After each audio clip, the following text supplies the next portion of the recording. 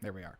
Hello, everybody. Welcome to the live stream. This is going to be me basically watching America Sings. So, for those of you guys that don't know, every year I kind of have a personal tradition where I watch America Sings, and I just watch it on the internet and stuff. Some folks might wonder why. Well, I originally started this channel. I was a Disney fan. I told Disneyland history. I've since moved on to other subjects as well. But why America Sings? Well, America Sings started off as a replacement for Walt Disney's Carousel of Progress in his Tomorrowland attraction. So that attraction, Carousel of Progress, was moved to Walt Disney World. And in time for the 1976 American Bicentennial, the Imagineers decided to come up with another show that could kind of replace it and really celebrate the bicentennial. And so Imagineer Mark Davis led a team that created America Sings, and it was basically all animals that sang like classical American music and stuff like that. Everything that kind of reminded you of America's music. And so that's kind of what it is. And we'll watch this and we'll have like a little discussion afterwards. But basically, yeah, it opened in 1974, so it was 2 years ahead of its intended purpose, and it ended up closing in 1988. They had removed some animatronics in 1987 for Star Tours. They used 2 of the geese for Star Tours. So in this video, you will see that throughout the show, there are 1 or 2 geese missing. And then in 1988, when they closed the attraction, most of the rest of the animals were moved to the newly constructed Splash Mountain because they were running out of money building that attraction. They needed animals to populate the attraction, so they pulled them mostly from America Sings. So yeah, so anyway, hello everybody, and I'll talk to you right after or during, we'll see. We're going to play this now. So this is credited to Eric Denney. Where is... nope, I did something wrong. Ah, this is what I meant to click. There we go. So here is the video, and this is a later show. This recording is from 1988, so just prior to when the show closed. All right, let's begin. Pictures, and now America Sings.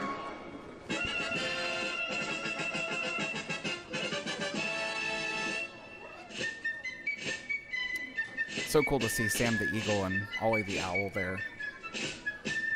Yankee Doodle went to town a-riding on a pony. Stuck a feather in his hat and called it macaroni.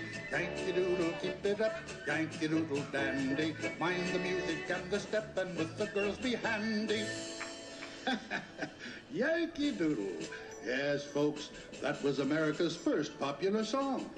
And that's what this show is all about. America's music.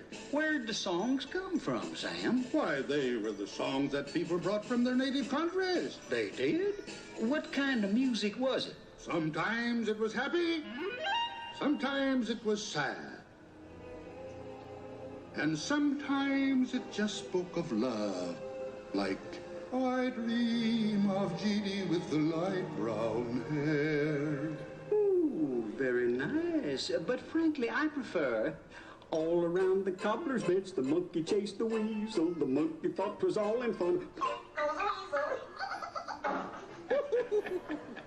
And now, let's travel on through history and hear America sing. Sing it, Sam! Well, you know, it's just to pause this real quick because, you know, I probably will get some kind of copyright strike against this, but it would be so cool to own a Sam the Eagle animatronic. But yeah, it is. This show is just really neat. There's going to be a lot of old-fashioned songs here, but I just wanted to say hello to everybody that's just joined. We'll talk a little bit after the stream, but yeah. Yankee Doodle traveled south, riding on a riverboat. Played a tune and sang it out and sounded like a billy goat. Yankee Doodle liked the South, sang their song so dear. Thought they were most elegant for everyone to hear. Yankee Doodle sing it up, the Yankee Doodle. So the theater would rotate in between the scenes. So that's what you're seeing right now is everything goes dark. The theater rotates to take you to the next scene.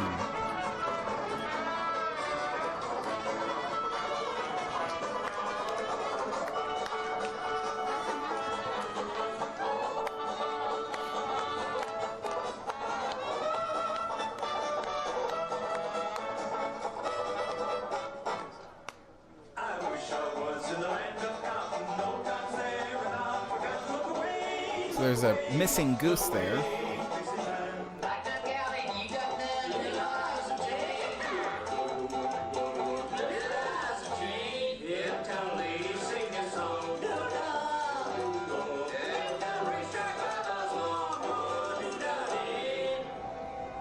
Yeah, that fourth goose was used in Star Tours.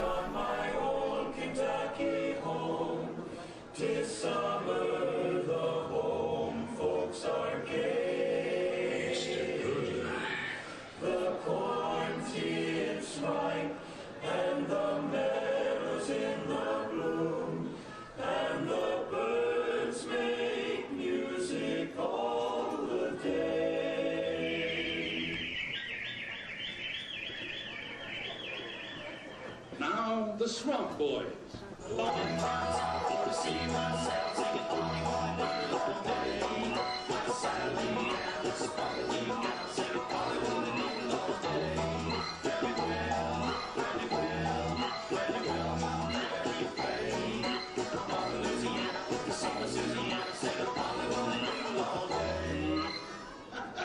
And now, a tender complaint. Sung from the heart.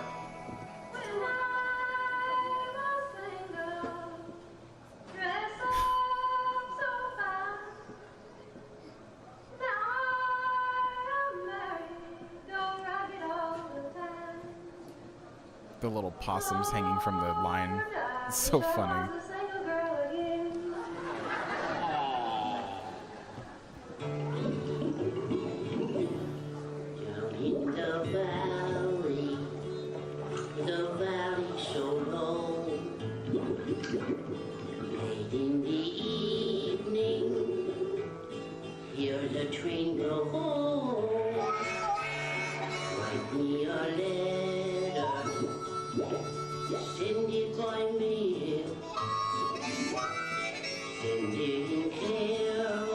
Yeah, the animatronics are in good working order in this show.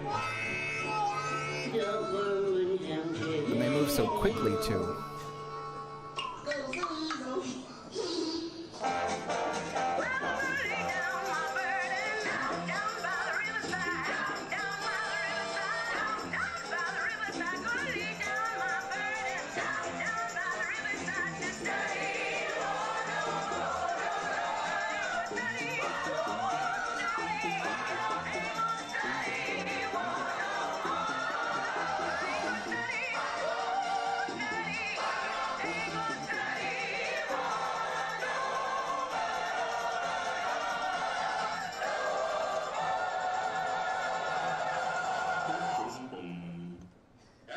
Let's journey on.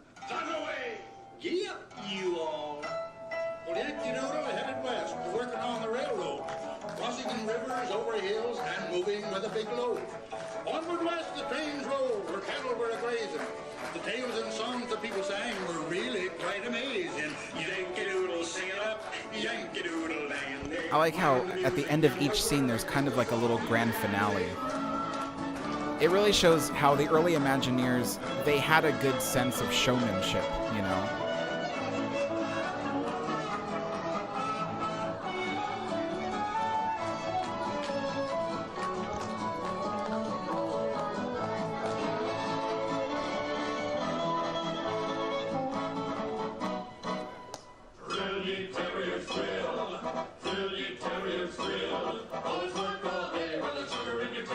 Another goose missing.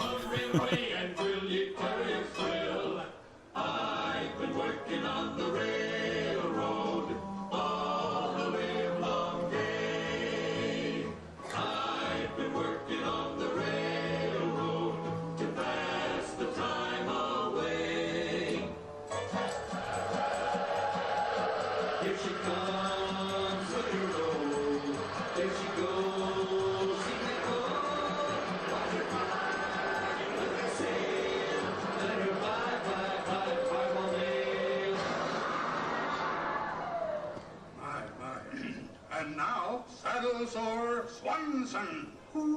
Yeah. Well, come along, boys, and listen to my tale, and I'll tell you all my troubles on the old Chisholm Trail. Down my tie-yi, yippee-yippee-yay. Come a tie-yi, yippee-yippee-yay. Now Now I went to the boss to draw my roll, and he had me figured $9 in the hole. Ay, ay, ay, ay. Who shot that hole in my sombrero? Who put that bullet through my head?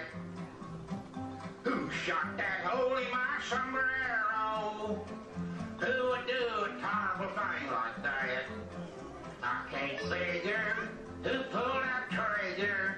You don't reckon my old wife could be back in town? Goes the weasel. The tail end of Billy the Kid. Yeah, Interactive Realm, I do think they'll survive. Billy was a bad guy.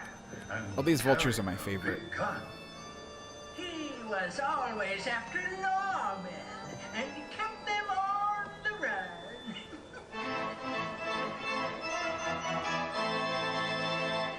One day he met a bandit. Who was a whole lot better. Now Billy's dead and gone, and we ain't none the the sadder. Oh, give me a land where the bright diamond sand flows leisurely down the It's amazing how many animatronics there were in this show compared to today. It's just like they don't do this anymore, you know?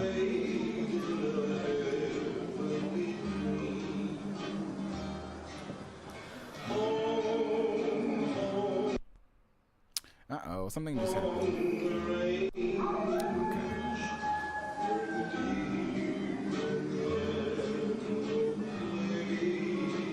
where sentiment is heard, conservative word, and the skies are not cloudy all day. The gay 90s were upon us now. The country was in full swing. People heading for the cities had to do their own thing. Each time the people sang a song, tunesmiths wrote another. About love, marriage, moon and June, and always one about mother. Yankee Doodle, sing it up, oh Yankee Doodle dandy. Did I ever see this in person? No.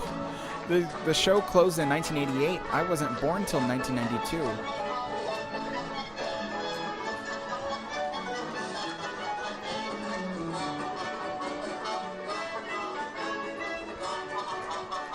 I wish I could have seen it in person, though.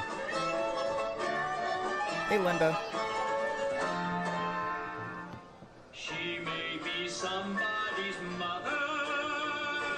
Come, let her go her way. The Bowery, they say such things and they do strange things. After the ball is over, after the break of morn, where is my wandering boy tonight? Down in the licensed saloon.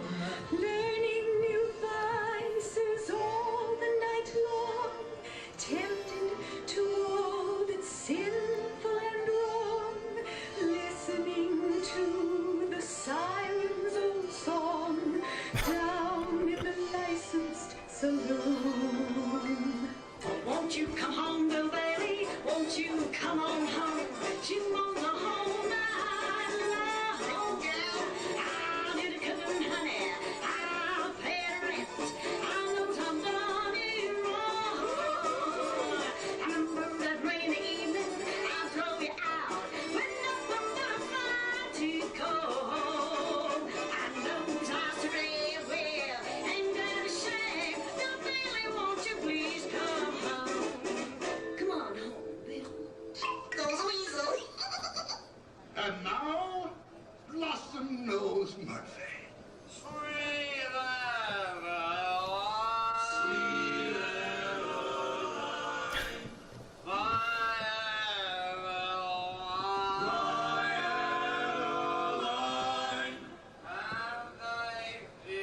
This show is so different from what you would normally see at Disneyland, especially being in Tomorrowland, of all places.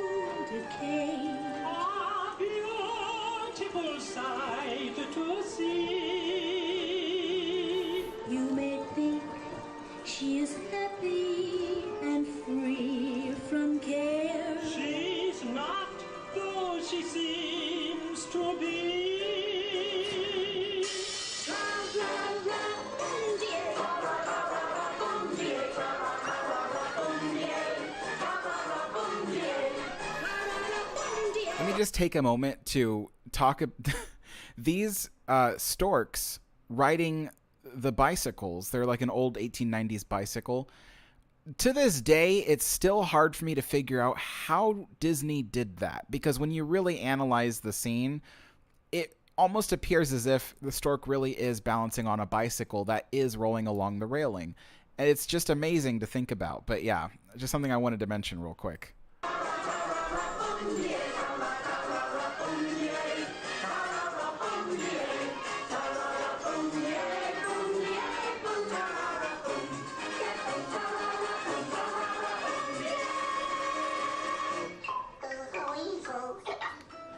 Next game, we're acting like blues and jazz. The nation was a jumping. Top rod and bunny hug had everyone stopped. Then swinging big bands were the rage. The songs they were most pleasing. Rock and roll soon took its toll. The dancers stopped to squeeze. And Yankee Doodle sing it up, oh Yankee Doodle dandy. Mind the music and the words and with the song behind it. They got several actors to do voices for this show. So Sam the Eagle is Burl Ives, who is often known for the old, what's his name? The snowman from the old Christmas stop-motion movies. Jada, jada, jada, jada, ching, ching, ching. Jada, jada, jada, jada, ching, ching, ching. I'll be down to get you in a taxi, honey. You better be ready about 8:30. Now, dearie, don't be late. I want to be there when the band starts playing. Singing in the rain, just singing in the rain. What a glorious feeling, I'm happy again. I'm laughed in the clouds, so dark up above. Frosty, that's right, Frosty. Why did I forget his name? A green and yellow basket. I sent a letter to my mommy on the way I dropped it. You've got me crying for you. And as I sit here inside, say I can't believe it's true. The people gather round when he gets on the stage. Then when he plays, he gets a hand. The rhythm he plays puts the cats in a trance. Nobody there bothers to dance. And when he plays with the bass and guitar, they all oh, beat me daddy, 8 to the bar. A blink, a blank. Goes a weasel. Okay, boys, next alive and die! You ain't nothing but a hound dog, barking all the time. You ain't nothing but a hound dog, barking all the time. See you later, alligator. Going uptown, After a crocodile. moving out, See you later, alligator. feeling good. After a crocodile. Get out that kitchen and ride those pots and pans coming out. Well, roll my breakfast though, I'm a hungry man. Now we're cooking. I said take, roll and roll. I said take, roll and roll. I said take, roll and roll. I said take, roll and roll. Yeah, twist and New York, over Chicago town. In Hartford, in Frisco, they all roll round and round. Up and down and around and around and around.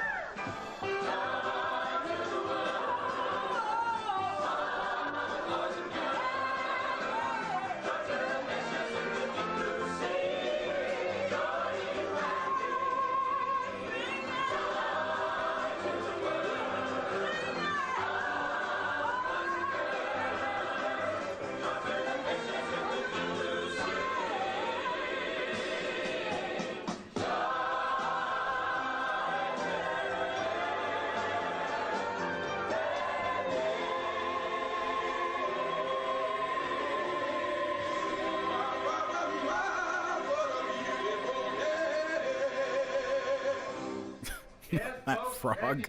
Numbers win to make these songs ring true. People came from every land to mix these tunes for you. So we should all remember, as history moves along, that everything is better now because someone wrote a song. Yankee Doodle, sing it up, oh Yankee Doodle dandy. Find the music and the words and put the song behind it.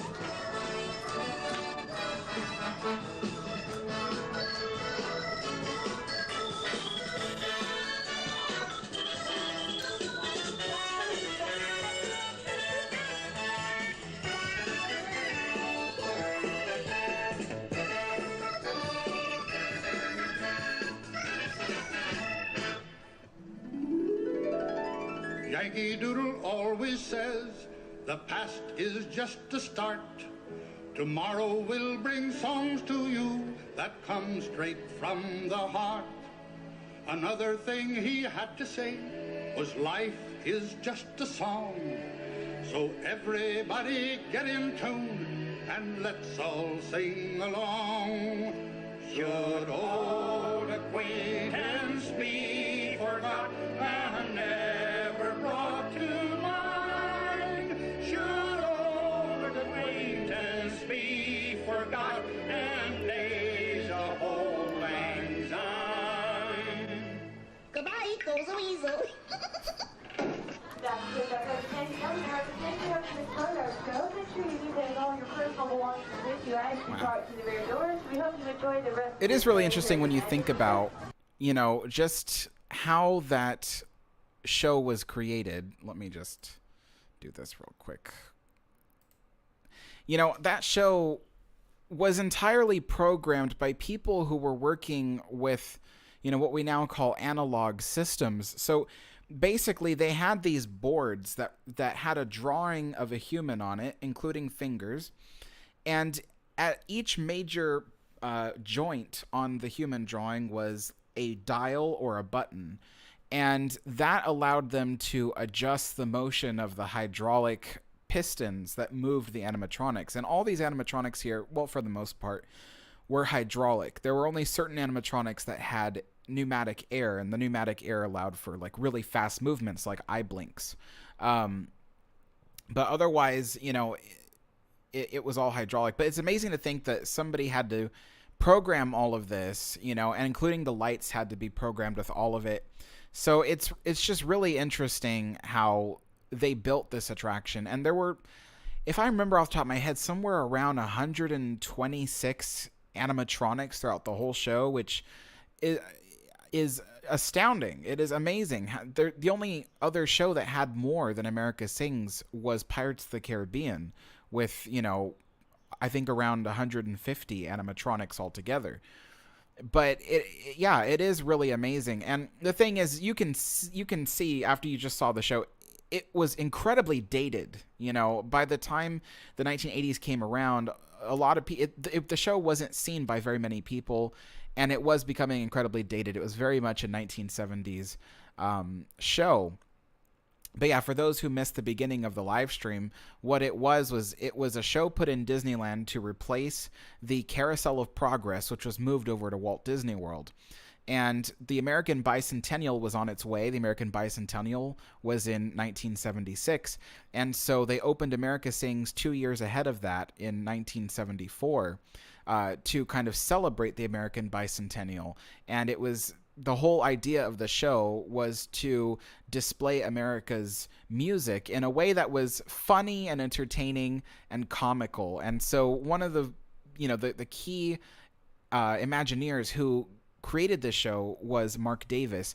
He really knew how to create comedy and how to create characters that really read their emotions right on their face. And so he chose animals for the comedic effect. And of course, each one of them had their own emotions and things like that they were showing. So you saw that there were certain songs where, let's say there was, a mother rabbit who was, singing a song in front of her little litter of bunnies, So it was really all this amazing, well put together show that really just displayed all kinds of American music.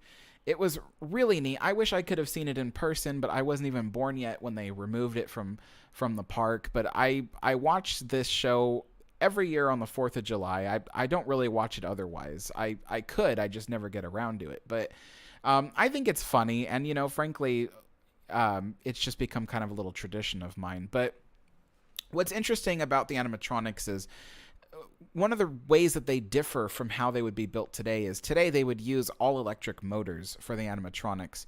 But you'll notice that the way that the animatronics moved in the show, which actually I could replay this. Hold on. And I'll loop it so we can see. The attraction attendant would... Oh, hold on. You're not even seeing this. Here, hold on. There we go.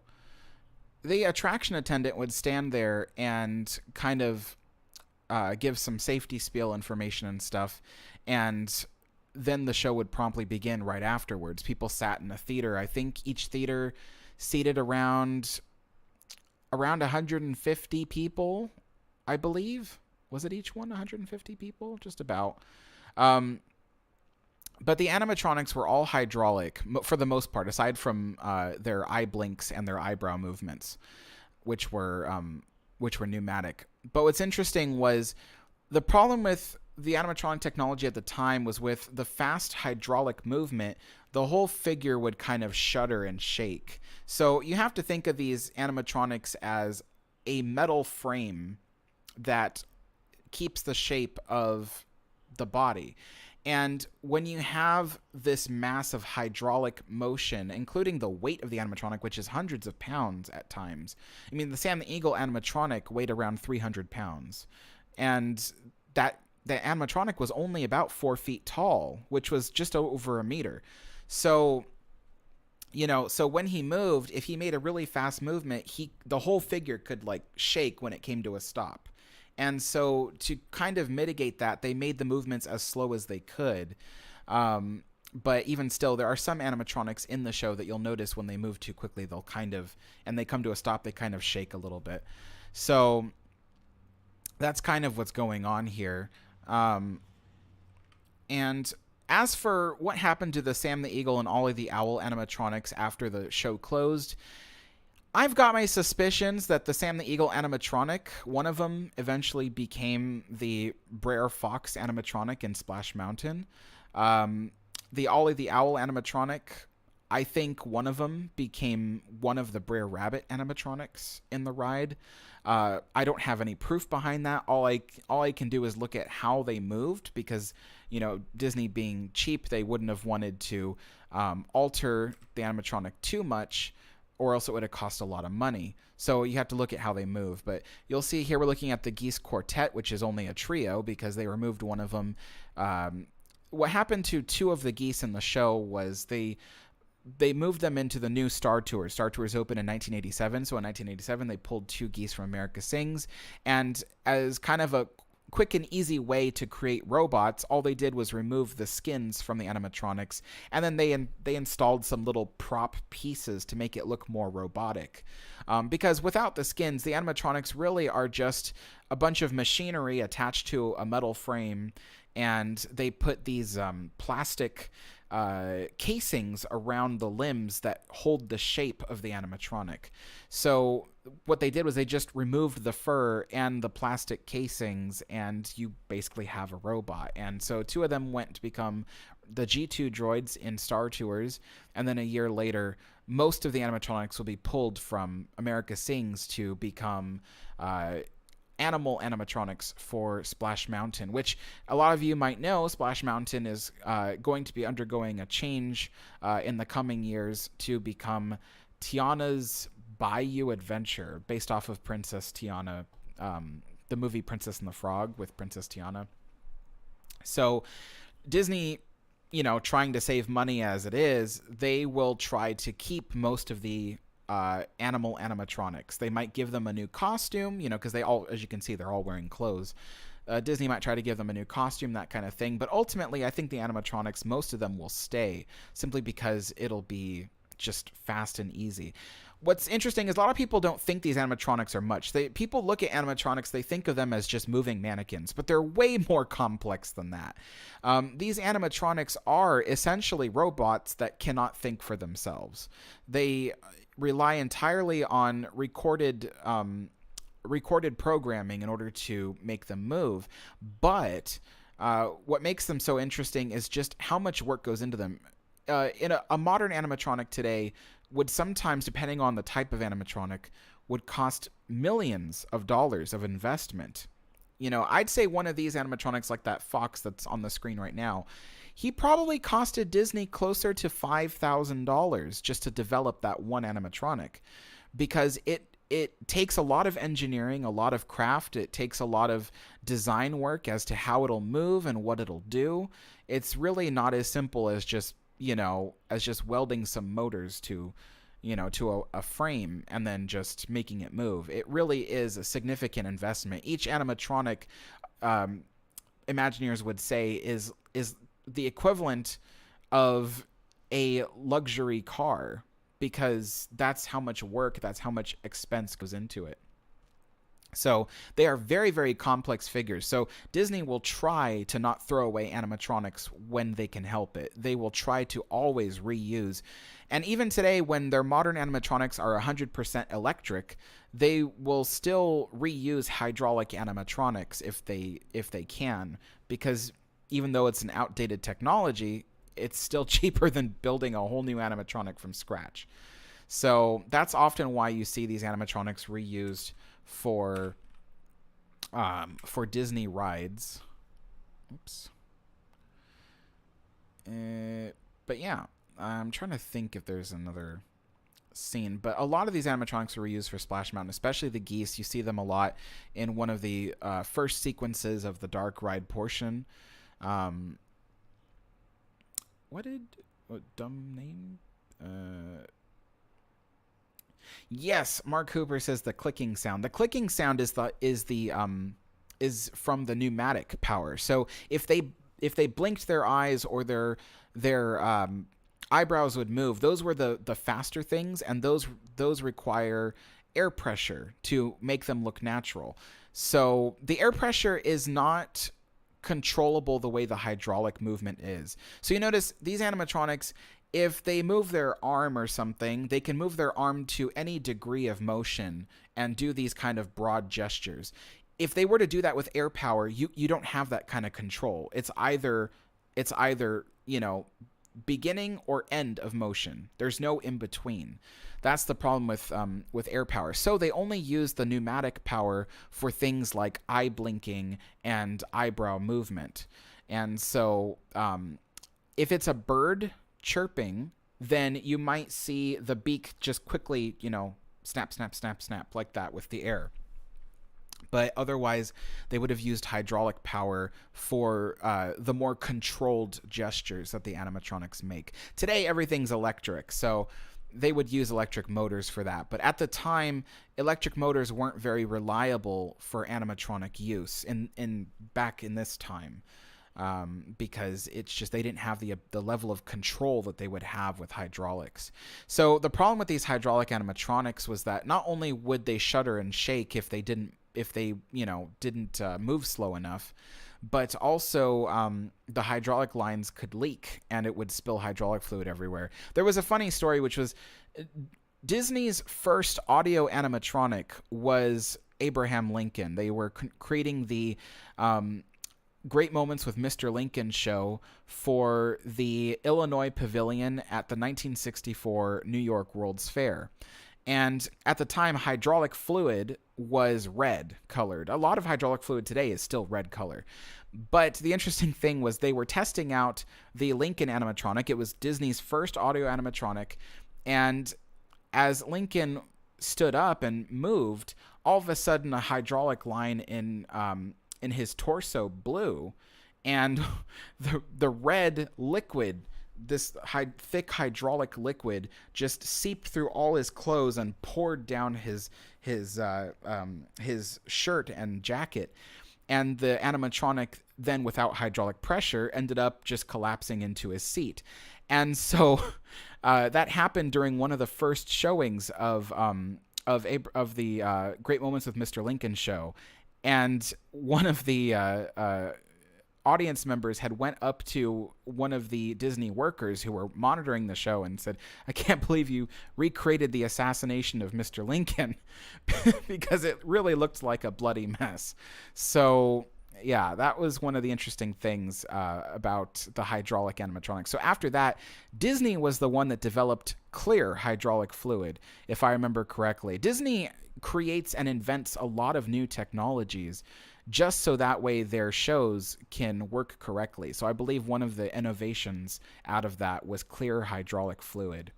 So, and another innovation out of that too was Disney is able to sometimes control how an animatronic fails. So when Mr. Lincoln would fail in the past, sometimes he would just lean entirely forward or collapse or in some kind of way. He wouldn't collapse entirely because he is bolted to the floor. But they did develop a method where if the California Mr. Lincoln, as far as I'm aware, if he were to suddenly stop working and he did collapse, he would actually kind of heavily fall backwards into his seat. Kind of like Imagineer described it as though he was tired and he just kind of, collapsed into his seat. And so that's how they designed that animatronic today. But there are videos in the past of him malfunctioning in some pretty spectacular ways. But yeah, and then how they recorded these animatronics. So when it comes to America Sings, all these animatronics, their programming was recorded onto tape, actual like audio tape. They used ultrasound to do this. So basically, they recorded ultrasound cues, a series of beeps and boops, which I don't think you could actually literally hear them with your own ears. It would really be something that was beyond human hearing because it was ultrasound. But it was a series of beeps and boops on the magnetic tape, and when it was read by the tape reader would then activate those functions on the what they call the actuator valves. So there were valves that allowed hydraulic liquid in and out of the various cylinders that make an animatronic move. So if you have an arm that's moving like this, there's usually one cylinder either in the arm or in the bicep, and it can move an arm forward or back. And what would happen is one track on that tape was specifically for this motion. And if it did like a beep, then the valve would open, it would let hydraulic fluid in, and the cylinder would move this way. And then a boop afterwards would tell the cylinder valve to shut, so it didn't try to pull any more liquid out. And then if it needed to open again, you'd hear another boop, and then followed by a beep. And so things like that. And that's kind of how they did stuff. It was really fantastic. And they got the idea for doing that because they were trying to figure out in the early 1960s when they were doing the Lincoln show. Again, he was the first audio animatronic ever created by Disney. They're trying to figure out, how do we record this programming? Because remember, this isn't like today, where today we might record programming using some kind of code on our computers. They didn't have the kind of computers back then that we have today. Everything was very much analog. So they thought, how do we record programming? So the Imagineers kind of took the idea from NASA, believe it or not. You see, when NASA would launch rockets with satellites in them and such, all the things that happened from a rocket launch all the way to removing the parts of a rocket as it broke down as it went into space, all that was timed using recordings of ultrasound beeps and boops on a recorded magnetic tape on board the spacecraft. So Disney Imagineers had researched this, and they said, this is how NASA records their programming, and that's what they did. So that's why if you ever watch these old Wonderful World of Color shows done by Walt Disney, he often describes that that the animatronics are from the space age. The same, as he says, the same technology that guides rockets to the moon is what animates the animatronic characters at Disneyland, and that was absolutely true.